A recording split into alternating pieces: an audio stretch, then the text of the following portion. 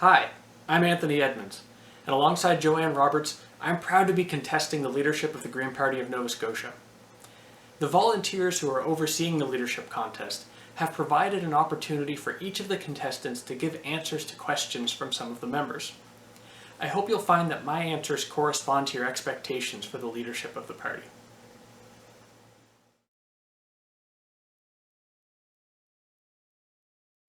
Describe your thoughts or position on the current forestry practices in Nova Scotia. And how do we involve or partner with small-scale or independent woodlot owners and mills in adopting any proposed changes? As Greens, we stood behind the people of Pictou when they opposed the special treatment for the pulp mill there, even while some predicted dire consequences for the industry. What we learned following the shutdown of the mill is that much of the doom and gloom rhetoric was way overblown. The industry did not die overnight, and it will not anytime soon, because we've built an incredibly robust forestry industry around a valuable forestry resource here in Nova Scotia, and it's about time we stopped selling it short. Instead, we should work with the woodlot owners in the province to transition toward an industry that produces higher value products, like high quality lumber and ecotourism services. The way to do that is by employing selective cutting and other silviculture best practices. And the way that the province can make that happen is by providing the necessary tools, things like training and export development services, in order to help the private woodlot owners, mills, and the rest of the forestry industry move towards producing these high quality products. Meanwhile, we need to stop clear cutting and spraying glyphosate on publicly managed lands. These are bad practices and need to stop. If we build a sustainable and prosperous forestry industry in Nova Scotia, we can make our forestry industry the envy of the entire world.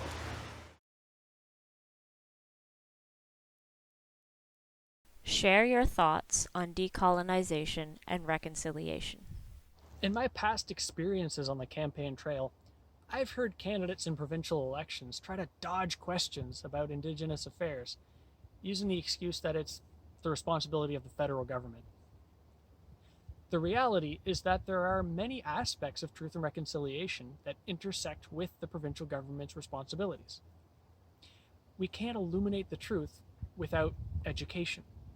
We can't meet the calls to action on healthcare or justice without the efforts of those provincial departments. Reconciliation will require the participation of all orders of government, and that's okay. In fact, reconciliation isn't just another responsibility to be kicked back and forth between the province and the federal government. It's an opportunity to rebuild trust, to form a nation-to-nation relationship that's based on mutual respect, and to open a new chapter of cooperation in our history. If it's done right, reconciliation can provide the basis for colonial and First Nation governments to partner on initiatives to pursue our shared goals on things like climate or conservation.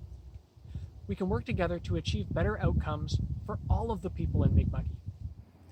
There is tremendous potential, not only for mutually beneficial partnership, but even for a beautiful friendship, if only we uphold our treaty obligations.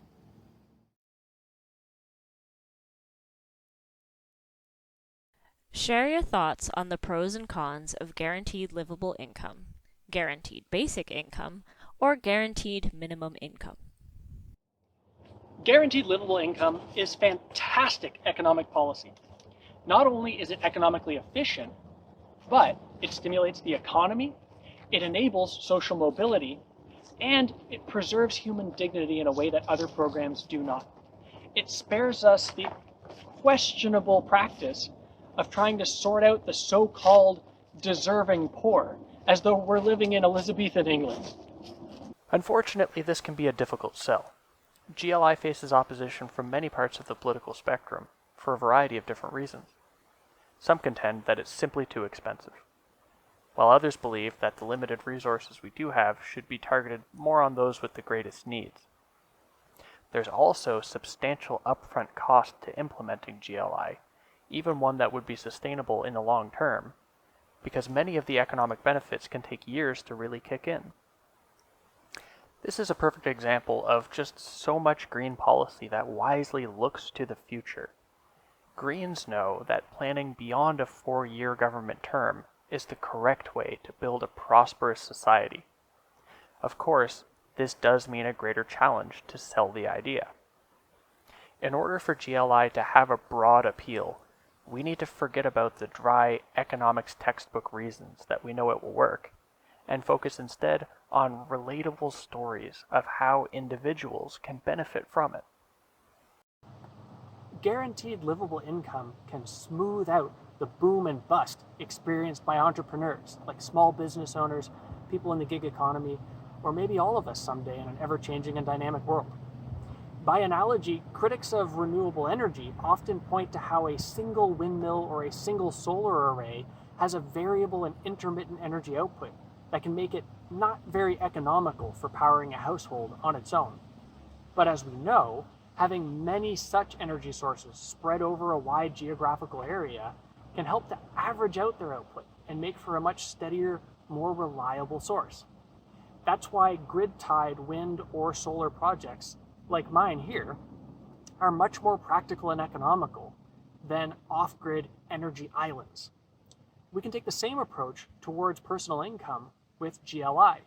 We can build an economy that recognizes a fundamental fact we all know about Nova Scotians, that we're much stronger together than we are apart.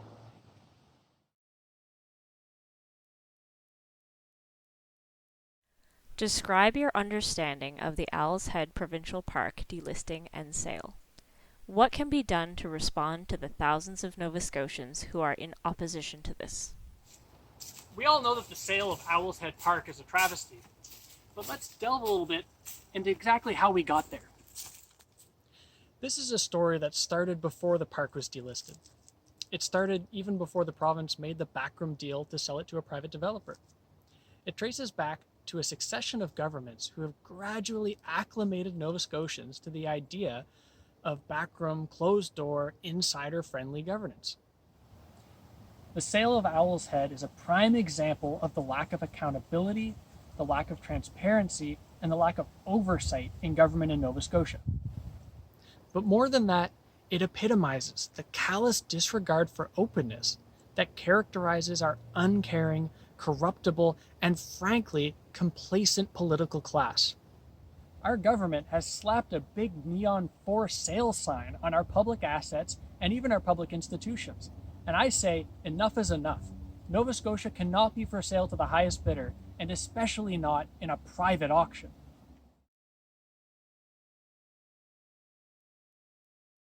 What are you going to do differently from what we've done in the past to ensure that we have green MLAs elected next time? In my view, the question of how we in the Green Party of Nova Scotia will plot our future course is the most important question to be asking ourselves right now when we find ourselves at the crossroads of a leadership contest. Joanne Roberts and I have an ambitious vision for the next 4 years to transform the party into the successful political movement that we all know it ought to be. This vision starts with learning from the experiences of those who have blazed these trails before us. Green parties have elected representatives in 4 different provinces: PEI, New Brunswick, BC, and Ontario, as well as federally. In all 5 cases, the basic steps were the same: a buildup of reputation and capacity, followed by a concerted effort to elect a single member. Once that first seat is won, the electoral landscape is altered forever for the greener. For our vision here in Nova Scotia, the first step will also be capacity building. If Joanne and I are elected to lead the party, we plan to build up key party resources that have largely been overlooked. We will make fundraising into a leadership priority. While this isn't strictly speaking a job for just the leadership, it's an area where Joanne and I feel that we really have a lot to contribute. We're also going to work to engage volunteers better. We want to ensure that anyone who expresses an interest is welcomed into the party with open arms, and make sure that no motivated volunteer is left idle. Finally, we will immediately begin the process to appoint a shadow cabinet. We will work tirelessly to ensure that our shadow cabinet is active in promoting our message across a multitude of platforms, frequently, knowledgeably, and passionately. But what will that message look like? Well, I know that Greens have the best policies. As far as I'm concerned, we've had the right solutions to the biggest problems for many years. That's why most of us are here in the first place. That's why we're Green. That might sound like a truism, but it's really not. Ask a typical conservative voter whether that party gets virtually everything right, and they may not be quite so sure as a typical Green will. No, having the right answers has never been our problem. Our problem has been getting our message out there into the public sphere and winning over the confidence and support of non-Greens. Just as other political movements need votes from outside their base to win elections, so too does the Green movement need to gain that soft support. For better or worse, our party-centric system requires most voters to make compromises at the ballot box. In order for us to effect meaningful change, to really win elections, we're going to have to win over many of those compromisers. A successful Green Party will include people who don't necessarily like every one of our policies. Now, that doesn't mean that we need to compromise a single iota of our core values. Quite the opposite. I believe that those values are our greatest strength. What it does mean is that we need to do a better job of making everyone feel welcome in our movement, even if they don't agree with absolutely everything that we say. We need to embody the Green value of respecting diversity and learn how to disagree constructively, how to welcome new and unfamiliar faces, and how to celebrate our differences just as we can celebrate the things that unite us. If Nova Scotians know that we hear them and that we respect them, then they will support us. And then we will elect our province's first Green MLA and make history in Nova Scotia. This is the vision.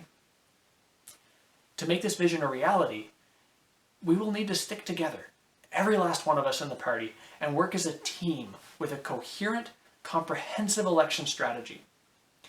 Before Joanne and I can lead this charge, it's paramount that we address any doubts or lingering questions about our vision.